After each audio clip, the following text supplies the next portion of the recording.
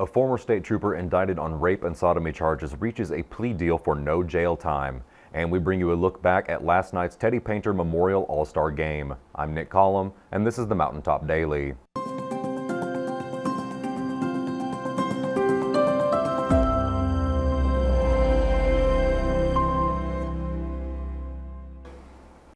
Two cases against a former state trooper and Magoffin County teacher who had been accused of rape and sodomy with a minor have reached resolutions which will see him serve no jail time.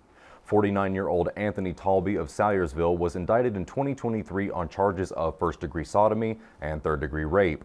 Later, he was charged in Johnson County with 2 counts of third-degree rape and 1 count of third-degree sodomy based on evidence that grew out of the Magoffin County case. However, he was found not guilty by a jury in the Johnson County case after a partial recording of conversation between him and a former girlfriend was ruled inadmissible. Following his acquittal in Johnson County, he reached a plea deal in Magoffin County, which saw the sodomy charge dismissed and the rape charge amended to unlawful transaction with a minor. On Wednesday, he was given a 12-month suspended sentence and 2 years of unsupervised probation. Last night, Mountaintop Media hosted the second annual Teddy Paynter Memorial All-Star Game in honor of our late sports director. Sheldon brings us a look. The second annual Teddy Paynter Memorial All-Star Game was held Wednesday in Pikeville and was an all-around success for students and organizers alike. So this is our second annual Teddy Paynter Memorial All-Star Game. After Teddy passed away last year, we decided how can we honor Teddy, and the best thing we could come up with was bringing all of our mountain athletes together to do an all-star game each and every year. So this is our second one. We've had a bigger turnout this year as far as kids being interested, people wanting to coach in the event, and we have so many people volunteering their time to come out and make this game a success.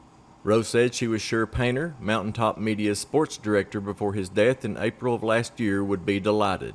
If Teddy were here, I know he'd be socializing because he was a social butterfly. He would be a little upset that we don't have hot dogs here because he was a big hot dog guy, but Teddy would absolutely love this event and seeing how many people were coming together to honor him and celebrate all he did for the sports community here in Eastern Kentucky and West Virginia.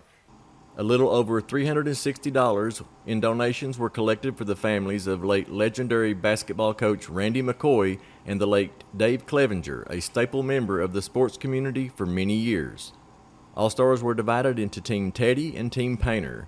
Team Paynter coach and 1998 Kentucky Mr. Basketball, J.R. Vanhoose, said it was a chance for players to compete at a higher level and something fun for everyone. Sometimes during the season, you might face 1 or 2 players that are this all-star caliber, but now you want to have a whole setting of them. So you want to have the best of the best out there, and so that's going to be fun to watch. Reporting for Mountaintop News, I'm Sheldon Compton. Coming up after the break. Calling all triathletes, Tri-Pike is returning and signups are now open. We'll bring you the details when the Mountaintop Daily continues, but first, sports and weather. With this Mountaintop Sports Report for Thursday, I'm Brittany Rowe reporting. Mountaintop Sports would like to thank all of our volunteers and athletes for helping make the second annual Teddy Paynter Memorial All-Star Game a huge success. We look forward to year 3 next year. Mountaintop Sports will now transition back over to the diamond for baseball and softball action the remainder of the week. For the latest area high school and college sports news, remember to check us out at mountain-topsports.com or check us out on Facebook, X, and TikTok. Reporting for Mountaintop Sports, I'm Brittany Rowe. Have a great Thursday, sports fans.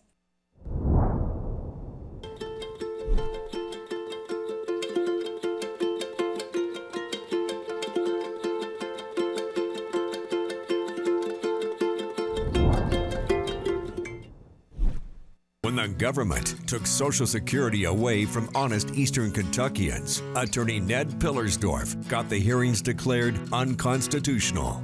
When the women guards were harassed at Little Sandy Jail, Ned fought back, securing a $1 million verdict at trial.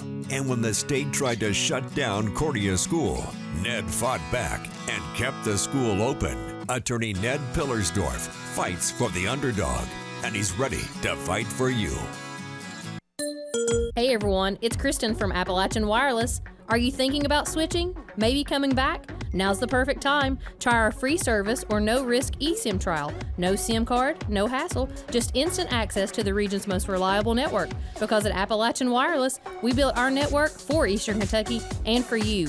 Visit your local Appalachian Wireless retail location or learn more at AppalachianWireless.com because we are you, we are Appalachian Wireless. Last year, Pikeville hosted its first triathlon, and it must have been a success because signups are open to do it again, and there are a variety of ways to participate. I spoke with one of the organizers to get a preview while there is still time to train.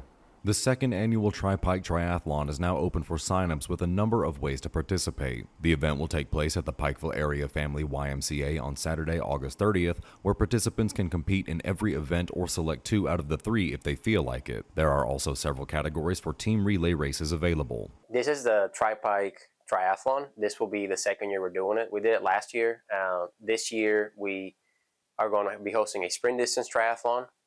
Just like last year with the swim, it's going to be at the Pikeville YMCA pool, which will be about 300 yards. And then it will be followed up by a 12-mile bike ride through town and finishing it off with a run through our Blue Chip Trail, which is about 3 miles or 5K. And then that's not the only option. We also offer other divisions for this race. Like we have the duathlon, which is a run, bike, run. We're also going to be adding a new division, which is the aquathlon. So if you don't have a bicycle, you could just do a swim run, which means you'll be swimming and then running. And we also be adding relays or teams. The teams will consist of, you could either do teams of 2 people where one person does 2 sections of the race and then one person does 1 section, or 3 different people doing all 3 different sections. Event organizers are expecting a larger turnout compared to last year for both participants and spectators. Go to trysignup.com to select a category and register. Based on last year's impressions, people were very satisfied with the event. And this year, I'm assuming that people are going to bring more friends and people feel more comfortable or kind of know what it is, because last year was the first year and people were unfamiliar with it. And and also with the addition of the new events within the Tri-Pike, we'll be able to attract more participants at different fitness levels. That will do it for this edition of the Mountaintop Daily. Be sure to check us out at 6 p.m. every weekday on Mountaintop TV, the Mountaintop TV app, and the Mountaintop News Facebook page. With your Mountaintop Daily, I'm Nick Collum for Mountaintop News.